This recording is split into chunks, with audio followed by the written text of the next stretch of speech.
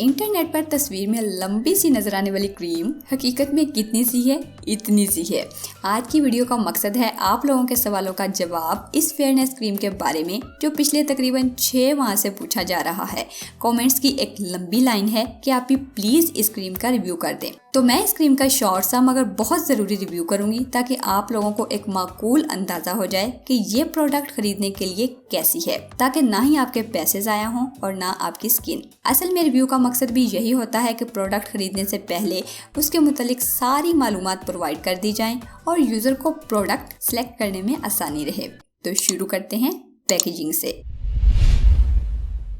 Packaging इसकी traditional tube में 50 ml की प्रोडक्ट है। ट्यूब्स में टोटल वेट कोई रहा होगा 55 या 56 ग्राम। शेल्फ में पड़ी हुई अच्छी लगती है, एक ऑर्गेनिक प्रोडक्ट लुक देती है इन 2 सब्ज पत्तों की वजह से, लेकिन कद में इतनी बड़ी नहीं है जितनी तस्वीर में नजर आती है।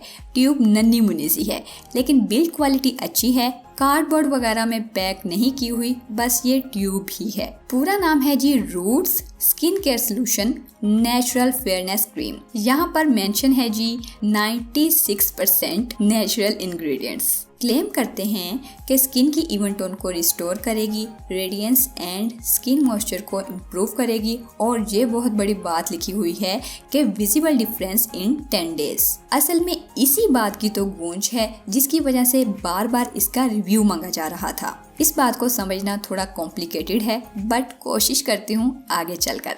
बाकी बैक साइड पर इसका फार्मूला लिखा हुआ है, इस्तेमाल का तरीका है और इंग्रेडिएंट्स। हाईलाइटेड इंग्रेडिएंट्स में है प्रूनस मैगुलेस डेल्चस। असल में ये मीठे बादामों का ऑयल है, ये आगे लिखा भी हुआ है स्वीट आलमंड ऑयल। इसके बाद कंपनी का नाम वगैरह नहीं है, बस मेड इन फ्रांस लिखा हुआ है। किसने बनाई है कोई पता नहीं। खैर, एप्लीकेशन एंड कंसिस्टेंसी।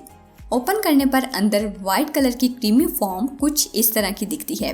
अगर अप्लाई करें तो जस्ट लाइक मॉइस्चराइजिंग क्रीम है, फौरी वैनिश भी नहीं होती। ये व्हाइट कास्ट गायब होने में 4 से 5 मिनट ले जाती है। फील थोड़ी स्टिकी सी है, यानी इसका यूज एज अ मॉइस्चराइजर अच्छा रहेगा। फ्रेग्रेंस इसकी नेचुरल नहीं है बल्कि कुछ अलग सी है, तेज और परफ्यूमी भी नहीं है बल्कि थोड़ी सी मेडिकेटेड है।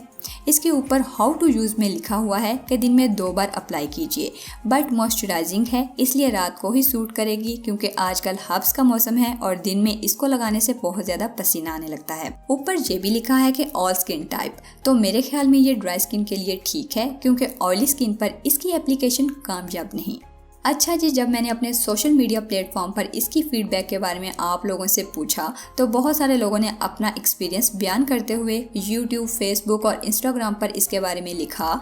टोटल 600-700 कमेंट्स का लुबाब ये था कि this is not a whitening cream, this is a fairness cream, जबकि हम इसे वाइटनिंग क्रीम समझकर बाय करते हैं। वाइटनिंग क्रीम और फेयरनेस क्रीम में थोड़ा सा डिफरेंस होता है। वाइटनिंग क्रीम स्किन को वाइट करने के लिए होती है और फेयरनेस क्रीम स्किन को इवन टोन में लाने के लिए होती है। आई होप कि आपको मेरी बात समझ आ गई होगी। मतलब अगर आपका कलर पहले साफ था, किसी किस्म का कोई निशान वगैरह नहीं था और अब कोई ब्लेमिशेस, पिगमेंटेशन या फ्रेकल्स वगैरह हैं, तो उनको साफ करने और इंटायर फेस का कलर इवन करने का नाम फेयरनेस होता है। इसके बाद बहुत सारे लोगों ने वही बात लिखी जो मैंने आप लोगों को बताई है कि अप्लाई करने के बाद पसीना बहुत आता है।